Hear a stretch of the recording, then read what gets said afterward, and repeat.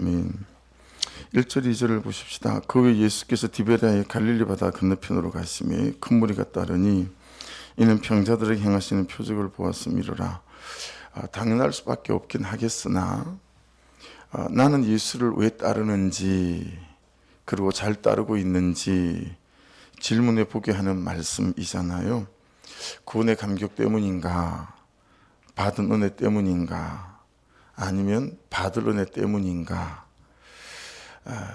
가끔 집을 나섰는데 그럴 때 있지 않습니까? 어디로 가지? 그렇죠?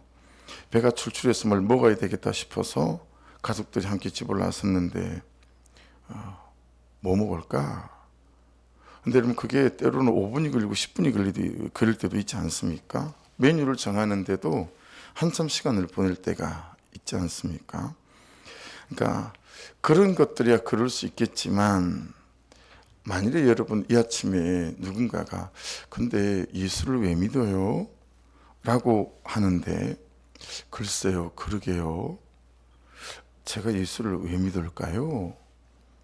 라고 대답해 놓고 내가 생각해도 내가 예수를 왜 믿는 거지?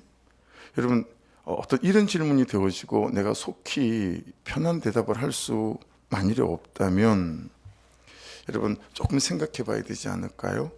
예수님이 주제가 아니고 소재인 거죠. 그렇죠? 내 주장이나 내 가치나 내 현실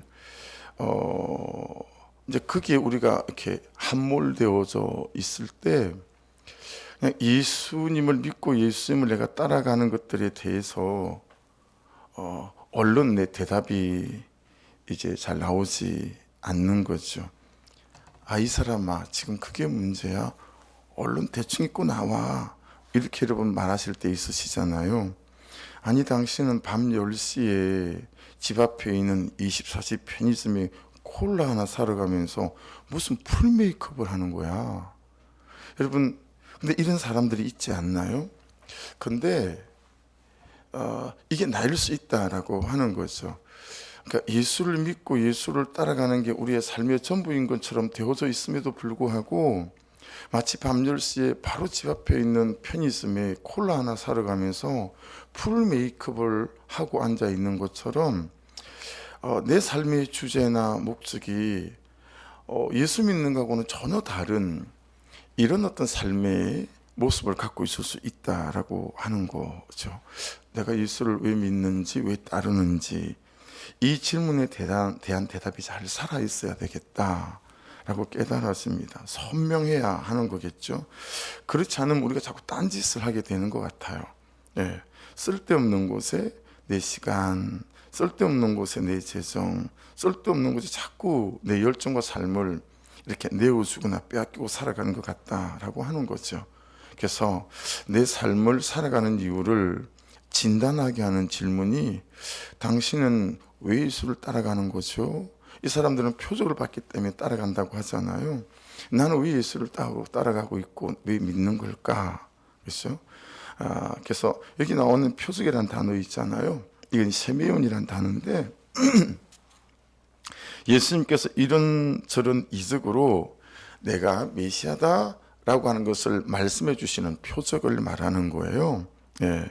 그러니까 메시아이신 예수를 예수께서 지금 제자들에게 사람들에게 드러내는 거라고 하는 거예요. 예. 그런데 우리는 메시아이신 예수 여기에는 관심이 없고 표적에만 관심이 있을 수 있다.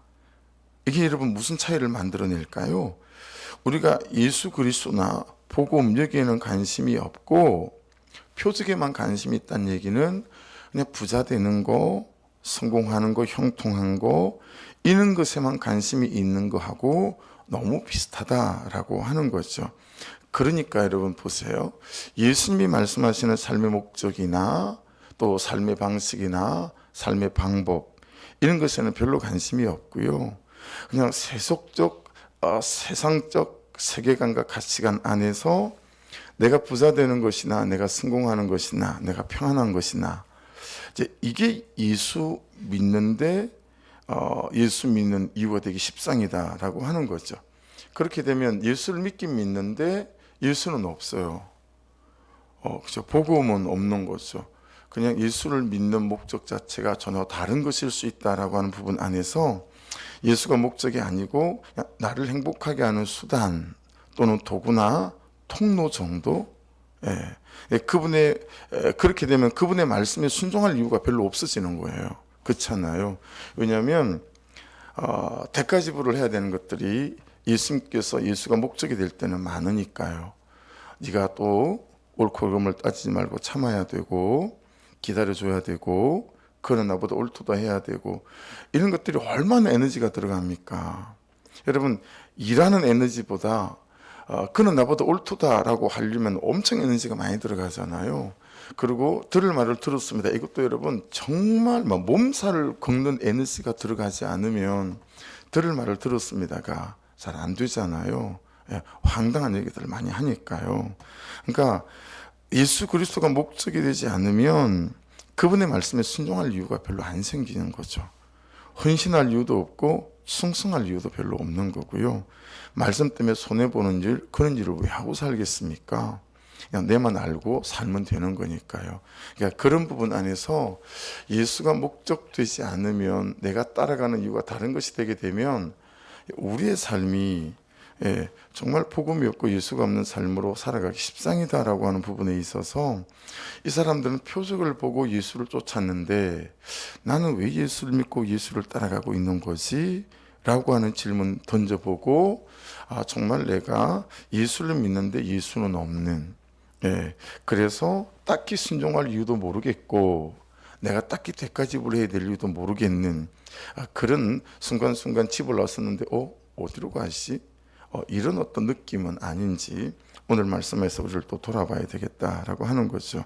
3절부터 7절까지 말씀을 보시면 예수께서 산에 오르사 제자들과 함께 거기 앉으시니 마치 유대인의 명절이 유월절이 가까운지라 예수께서 눈을 들어 큰 무리가 자기에게 오는 걸 보시고 빌립에게 이르시되 우리가 어디서 떡을 사서 이 사람들을 먹이겠느냐 하시니 이렇게 말씀하시면 친히 어떻게 하실지를 아시고 빌립을 시험하고자 하심이라 빌립이 대답하되 각 사람으로 조금씩 받게 할지라도 200데나리온 떡이 부족하리이다. 여러분 우리가 이제 이 대목에서 유념하고 넘어가야 될 게 어떤 부분이냐면 여러분 보세요. 사복음서 마태복음, 마가, 누가복음은 공간복음이라고 하죠.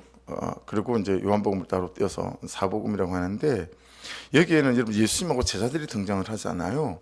그래서 우리에게 주시는 메시지도 있지만 또 예수님이 공생애 가운데 여러 사역들을 하시지만 여러분 예수님의 제1의 사역의 목표는 뭐냐면 12제자를 키우는 거예요. 그래서 오늘 이 오병이의 기적에도 본문의 중심은 밥을 굶고 있는 5,000명이 아니라는 거예요. 밥을 굶은 5,000명이라는 사람을 눈앞에 놓고 있는 이 제자들, 이게 여러분 예수님의 사역의 핵심 대상이에요. 왜 그럴까요? 여러분 제자들을 가르치는 것이 본문의 핵심이고 주제다라고 하는 거예요. 그래서 육신의 배가 굶주린 사람이 5,000명이면 예수가 없어 굶주리는 사람은 또 얼마나 많을까에 대한 초점도 있고요. 또 이런 일들이 제자들이 살아가게 될 때 허다하게 많을 텐데 그들의 일생과 사역 가운데 날마다 있을 것인데 야 그때마다 너희들은 어떻게 반응해야 되겠니? 라고 하는 예수님의 가르침이 이 본문 속에 있다라고 하는 거예요. 그러니 동일하게 우리한테도 주시는 메시지는 뭐예요? 남 목사 또 누구 집사야 네가 살아가는 동안에 네 주변에는 이렇게 예수가 굶주리고 육신의 배가 굶주린 사람이 허다하게 있을 텐데 감정이 굶주리고 아파서 힘든 사람이 허다하게 있을 텐데 너 그럴 때마다 어떻게 반응할 거니? 그리고 이렇게 반응해야 된다? 라고 하는 것들을 보여주는 거죠. 여러분 예수님의 제자들에게 가장 중요한 것은 무엇이겠어요? 제자들 안에 꼭 있어야 하는 거 그게 뭘까요? 그게 확신입니다. 예수가 메시아라는 확신. 할렐루야. 오늘을 산다고 다를까요? 우리에게도 가장 중요한 건 뭐예요? 예수가 메시아라는 확신이에요. 할렐루야. 여러분 여기서 한 걸음만 더 나아가 볼게요. 한 걸음만 더 나아가면 요한복음 1장 14절에 말씀이 육신이 되어 우리 가운데 거하심에, 그렇죠? 그리고 뭐라고 말씀하시죠? 우리가 그 영광을 보니 아버지의 독생자의 영광이요 은혜와 진리가 충만하더라, 그렇게 말씀하세요. 여러분, 예수가 메시아인데 그 메시아가 뭐가 돼서 우리 가운데 왔어요? 말씀이 되어 우리가, 그 말씀이 육신이 되어 우리 가운데 오셨단 말이에요. 그러니 말씀이 예수 그리스도 맞죠? 예수 그리스도가 말씀 맞죠? 그럼 예수 그리스도가 메시아라는 확신이 우리에게는 너무너무 중요해서 지금 제자들에게 예수님이 이거 가르치시는 거예요. 그럼 한 걸음만 더 나아가면 어떻게 되죠? 오늘을 살아가는 우리에게 말씀이 메시아라고는 확신이 저와 여러분에게 있어야 합니다. 할렐루야. 오늘을 살아갈 때 내 삶의 메시아는 말씀이다. 할렐루야. 이게 한 걸음 더 나갔을 때 우리가 적용해 볼 수 있는 거예요. 이 큐티를 하고 새벽마다 말씀을 대할 때마다 이 하루 내 삶의 문제의 메시아는 이 말씀이다 라고 하는 이 확신이 우리 가운데 너무 선명해야 되겠다. 이 믿음과 확신이 있어야, 여러분, 참 손해보는 인생 같지만 오늘 말씀하시는 대로 내가 이 말씀을 붙잡게 되어지게 될 때, 하나님이 내 삶 속에서 말씀을 붙잡는 나를 보고 역사하실 것이다 라고 하는 거 아니겠어요? 그러니까 여러분, 말씀은 나에게 가장 좋은 길이 아니라 말씀은 나에게 가장 맞는 길입니다. 할렐루야. 우린 좋은 길을 원하잖아요. 근데 말씀은 우리에게 좋은 길보다도 가장 맞는 길, 바른 길을 제시해 주는 줄로 믿습니다. 말씀은 내가 가야 할 길, 있어야 할 길을 말씀하시는 오늘 지금 나의 메시아라는 확신, 이걸 지금 가르치고 있는 거다라고 하는 거죠. 메시아가, 예수가 메시아라는 확신이 없을 때, 말씀이 메시아라는 확신이 없을 때, 여러분, 우리가 하는 말씀에 대한 반응이 있어요. 7절을 다시 보시겠어요? 빌립이 대답하되 각 사람으로 조금씩 받게 할지라도 200데나리온의 뜻이 부족하리이다. 한 데나리온은 아시는 대로 그 당시 노동자 하루 품삯이에요. 오늘로 따져보면 한 10만 원 잡으면 뭐 되나요? 한 10만 원. 최저 시급이 한 10,000원 되니까 하루 8시간, 10시간 일한다고 보고 8만 원, 그냥 편하게 10만 원 잡으면 여러분 200데나리온이면 2천만 원이에요. 굉장히 많은 돈이 적지 않아요. 그러니까 예수가 메시아라는 확신이, 말씀이 메시아라는 확신이 우리 가운데 희미하면 제일 먼저 뭐 하죠? 계산기 두드려요. 계산해 보는 거예요. 내가 손해보나 남는 장사인가? 하나님, 내가 언제까지 저 사람한테 이렇게 내 열정과 내 시간과 내 애정을 퍼부어야 되는 거죠? 단 하나도 피드백이 없어요. 뭐 이런 건 거죠. 그냥 이제는 당연하게 받아들여요. 그냥 이게 자신의 권리인 줄 알아요. 여러분, 그렇잖아요. 이 대목이 참 힘들어요. 참 힘든 것 같아요. 계속 그는 나보다 옳도다, 그는 나보다 옳도다 하고 살잖아요. 그리고 들을 말을 들었습니다 하고 살잖아요. 그럼 어떻게 생각하냐면 상대방이 그게 마치 자기의 권리처럼 생각해요. 그리고 나한테 너무 경우 없이 대하는 거죠. 여러분, 남편이 아내에게, 아내가 남편에게 여러분 그러지 않던가요? 이게 참 어려운 대목이거든요.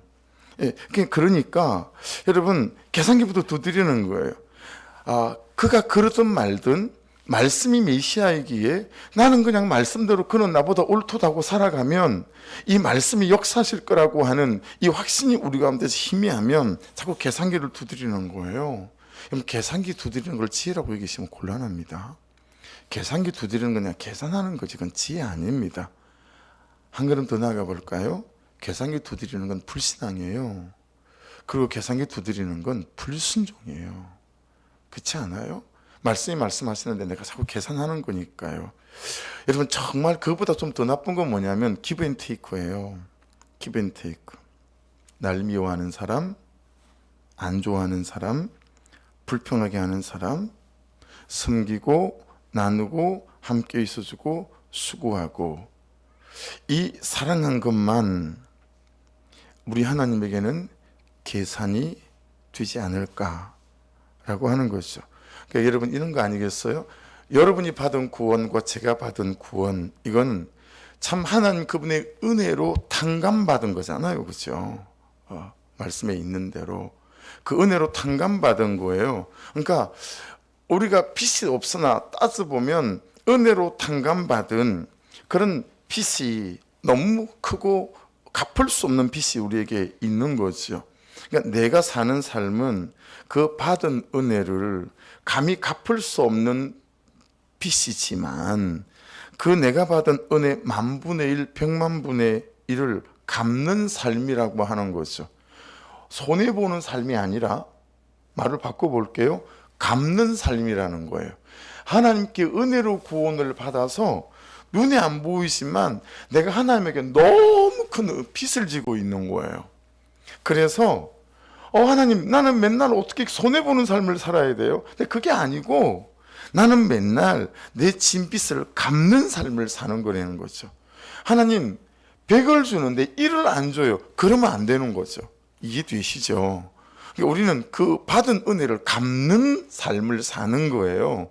하나님, 나는 백날 왜 이렇게 내가 손해봐야 되죠? 이러면 여러분 우리가 큰 오해와 착각을 하는 거다 라고 하는 것이니, 여러분 손해보는 삶이 그리스도인의 삶이 아니고 우리는 은혜를 갚는 삶을 살고 있는 거다. 이 빚진 삶을 조금씩 갚고 있는 거다라고 하는 거죠.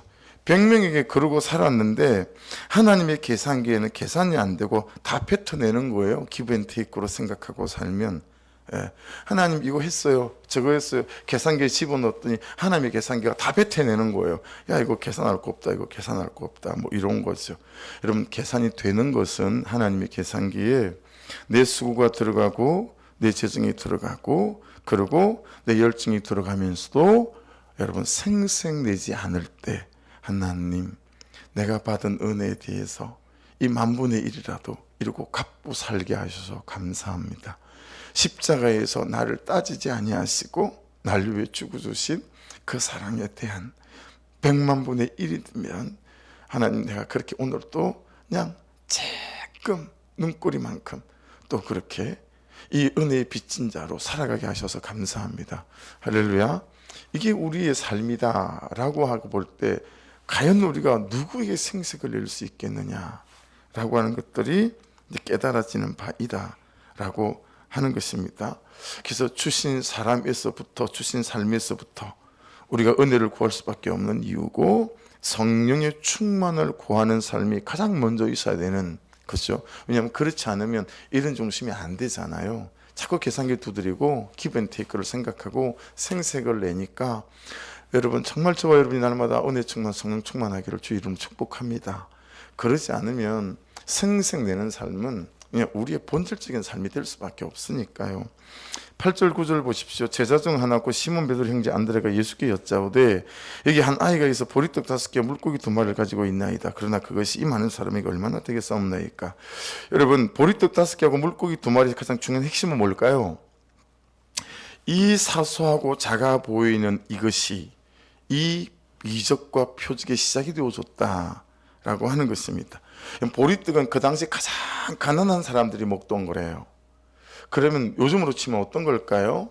가장 가난한 사람들이 먹는 거. 여러분, 요 물고기 있잖아요, 2마리. 일반적으로 이제 성경에서 말씀하시는 갈릴리 바닷가에 있는 생선은 여러분 가서 보시면 요만합니다. 손바닥만 하거든요. 근데 여기에 나와 있는 물고기는 멸치예요. 멸치. 멸치 한 이만하잖아요, 그죠? 여기 나와 있는 생선은 원어적으로 멸치 같은 거거든요. 그러니까 이건 정말 적은 거예요. 이건 뭐 한 입거리도 안 되는 거죠. 가장 사소하고 가장 없어 보이는 거, 이것이 모든 표적의 시작이 되어졌다라고 하는 것입니다. 그 얘기 무슨 얘기예요? 이 가장 작고 사소한 건 누구나 가지고 있는 거라는 거예요. 할렐루야. 작아서 없어서 하나님이 역사하지 못할 사람은 없다라는 거예요. 난 가진 게 없어요, 천만에. 난 할 수 있는 게 없어요, 천만에. 이 가장 사소하고 가장 작은 것은 누구나 갖고 있는 거다라고 하는 거죠. 근데 뭐가 없는 거죠? 그 가장 작고 사소한 것을 하나님께 가져가고 내어놓는 게 없다라는 거예요. 그게 없는 거지. 내가 없어요 이런 말은 할 수 있는 말이 아니다라고 하는 거예요. 여러분, 이 가장 작고 사소한 것을 이렇게 약간 비껴서 생각해 보면 어떨까요? 이런 거죠. 가장 작고 사소한 멸치 같은 생선에다가 하나님께 주님께 내어드리는 이 시간과 이 순종과 이것들을 통해서 기적이 일어나는 것처럼 여러분, 사소해 보이는 것을 안 하는 거, 사소해 보이는 것을 하는 것이 기적이 시작됩니다. 한번 적용해 보십시오. 오늘 삶으로 가져가셔서 정말 사소하지만 내가 안 해야 될 게 뭐지? 정말 사소하지만 내가 해야 될 건 뭐지? 그 가장 작고 사소한 그것을 하느냐 안 하느냐에 따라 너무 달라지는 거예요. 남편에게 너무 사소하지만 여러분, 그걸 하느냐 안 하느냐에 따라서 달라지는 거죠. 아내에게, 부모님에게, 자녀에게, 하나님에게 내가 맡은 사역들에 대하여 가장 사소해 보이지만 그것을 하느냐 안 하느냐에 따라 그 한번 잘 여러분 삶으로 가져가 땅의 언어로 만들어서 한번 적용해 보십시오. 여러분, 이 아이의 예수 앞에 내어놓음, 여러분 멸치 하나 정도면 우리가 어떻게 생각하죠? 내어놓으나 마나. 오히려 그냥 있는데도 없는 척 하는 거죠. 왜냐면 안 될 거 뻔히 아니까. 우리가 잘 그러잖아요. 야야야, 말도 하지 마. 그걸로 되겠어. 뭐 이런 거 아니겠어요? 근데 그걸 또 봤어요, 베드로가. 아이의 여러분 이 내어놓음도 너무 중요하지만 베드로가 그걸 보고 여러분 같으면 어떡하겠어요? 너나 먹어라. 그러지 않겠어요? 근데 베드로가 그걸 예수님 앞에 가잖아요. 이 두 가지예요. 아이의 내어놓음과 사소한 것을, 그 사소한 것을 보고 적어도 여러분들이라면 그걸 기도로 주님 앞에 가는 게 너무 중요하다라고 하는 거예요. 근데 이게 잘 안 돼요. 기도로 가는 거, 하나님 앞에 가는 거. 예. 근데 베드로가 그걸 가잖아요. 이게 여러분 기적의 시작이었다. 그러니까 아이도 있어야 되지만 누구도 있어야 되죠? 베드로도 있어야 돼요.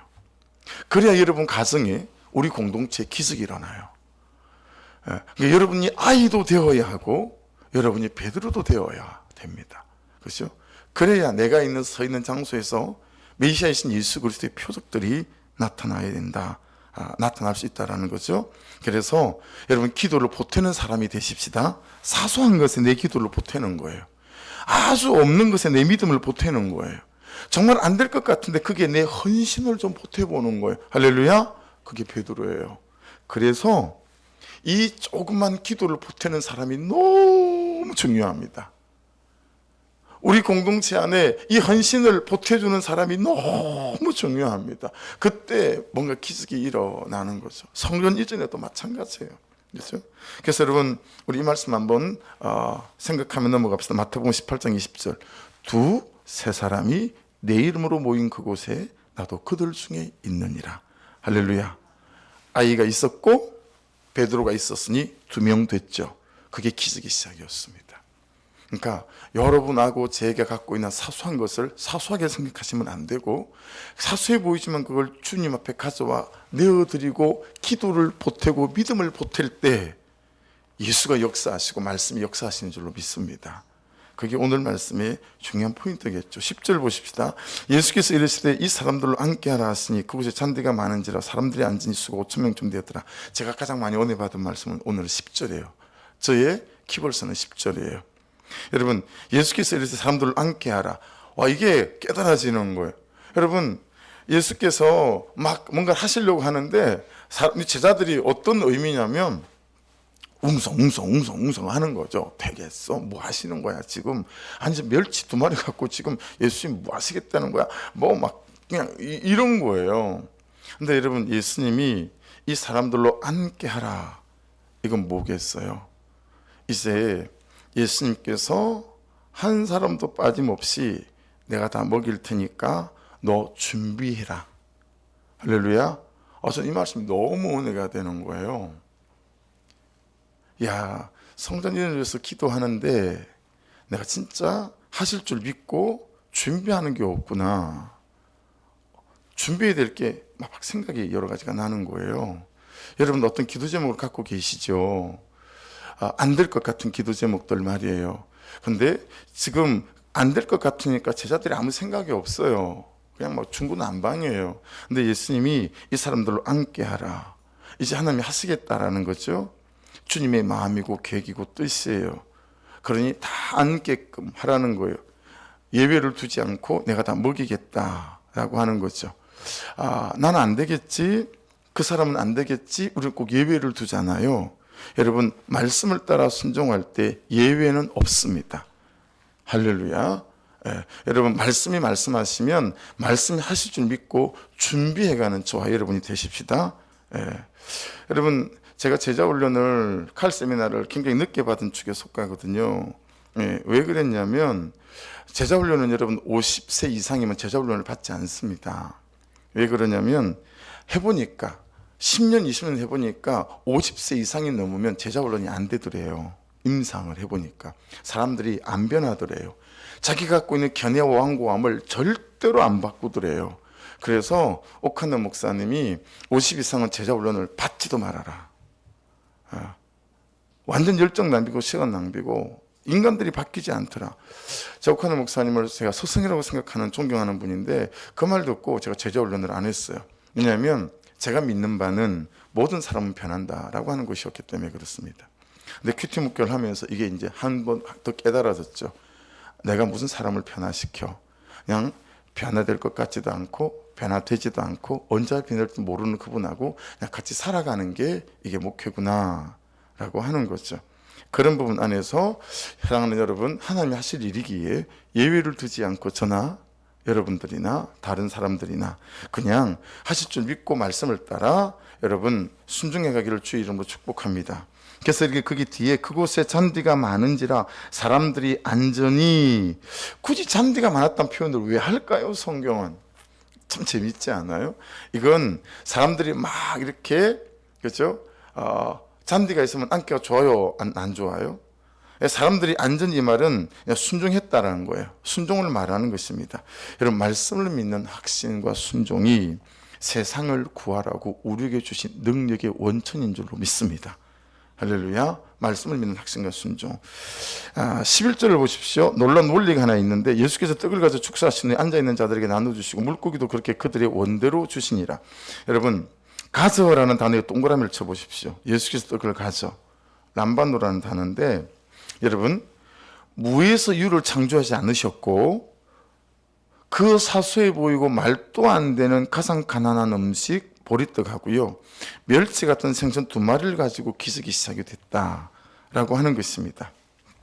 그래서 예수께서 가졌다는 그 아이 것을 주시는 걸 받으셨다라는 거예요. 한번 취했다, 받았다. 영어 성경으로는 이게 take나 주로 receive라는 단어로 되어 있어요. 받으셨어요. 그러니까 여러분, 그 사소해 보이는 것을 가지고 예수께서 일하셨다. 자, 그 다음 단어에 엄청난 말씀이 있어요. 축사하신 동그라미입니다. 가서 따로 동그라미 하시고 축사하신 동그라미 따로 하시고. 그럼 축사하신 후에 유카리스토라는 단어인데요, 감사로 이런 뜻입니다. 감사로. 자, 여러분, 사소해요, 내가 갖고 있는 게. 근데 그게 감사를 보태잖아요. 그럼 기적이 일어나는 거예요. 남편 감사할 게 없어, 아내 감사할 게 없고, 교회 감사할 게 없고, 내 사역 감사할 게 없고, 건강 감사할 게 없어서 맨날 불평하고 원망하는 그 탓. 여러분, 이건 내게 주신 것을 불태워 없애버리는 것과 똑같습니다. 그러니 오늘 사소한 걸 찾으셔서 계속 감사를 보태시기를 주의 이름 축복합니다. 가능하면 예수님처럼 보세요. 그 사소해 보이는 걸 두 손에 떠받쳐 들고 오늘 다 적용점을 한번 삼아보면 어떨까요? 하나님, 이거 감사해요. 이러고 감사를 자꾸 보태는 거, 이 사소한 것에. 여러분, 원망하고 불평하지 않고 이 사소한 것에 감사를 보내면, 조그만 것에 감사를 보태면 그 사소한 것이 놀라운 기적이 될 줄로 믿습니다. 불평하고 따지고 옳고 그름을 주장하고 전부 까먹는 짓이에요, 내 인생을. 그들의 원대로 주시니라. 그들이 누굽니까? 말씀을 듣겠다고 밤을 새우고 배고픔을 뒤로하고 쫓아왔던 사람. 이건 기복 아니지요? 여러분, 말씀을 쫓는 순복의 삶을 살아갈 때 하나님은 책임지십니다.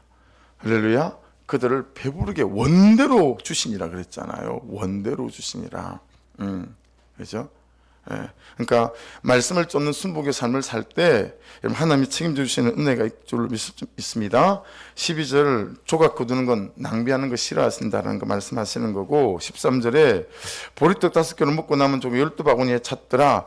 여러분 유대 풍습에요, 섬긴 자들에게는 항상 남아있는 것들을 상급으로 가져가는 게 있었대요. 그러니까 여러분이 섬기는 것들에 대해서, 헌신하는 것들에 대해서 손해본다라는 생각, 그건 오해입니다. 눈에 안 보이지만 다른 데서 하나님께서 다 메꾸어 주세요. 할렐루야. 다 메꾸어 주세요. 헌신은, 충성은, 따라해 봅시다. 헌신과 충성은 앞으로 미치지만 뒤로 남는 장사다. 장사라는 단어를 빼는 게 낫겠어요. 여러분, 헌신과 충성은 앞으로 미치는 것 같지만 뒤로 다 남아요. 하나님이 다 채우세요. 그리고 14절 15절 같은 경우에 여러분, 이 사람들이 임금으로 세우려고 하실 정도로 로마 정부가 뻔히 있음에도 불구하고 이 사람들의 눈앞에 닥쳤던 기적이 얼마나 크고 놀라웠는지를 말씀해 주시는 거거든요. 여러분, 오늘 말씀의 이 오병이의 원리가 우리 가운데 잘 좀 적용되어지셔서 이 사소한 것을 통해서 여러분의 삶에 감사를 보탬으로 말미암아 놀라운 예수 그리스도의 메시아이심을 확인해가는 이 한날, 그리고 저와 여러분의 인생 될 수 있기를 주의 이름으로 축복합니다. 기도하겠습니다. 말씀 붙잡고 기도하시고, 또 40일 작정 오늘 저녁에도 의논할 수 있습니다. 그리고 성전 이전 문제 가운데도 아버지 하나님이 사소한 것들에 감사가 보태어져서 아버지 성전 이전이라고 하는 참으로 놀라운 기적을 또 경험해가는 우리 공동체가 되게 해주십시오. 기도해 주시고, 우리 선교사님들 기도 놓지 마시고, 연약한 분들, 공고한 분들을 위해서도 중보 했으면 좋겠어요. 우리 주여 한번 부르고 같이 기도하십시다. 주여 하나님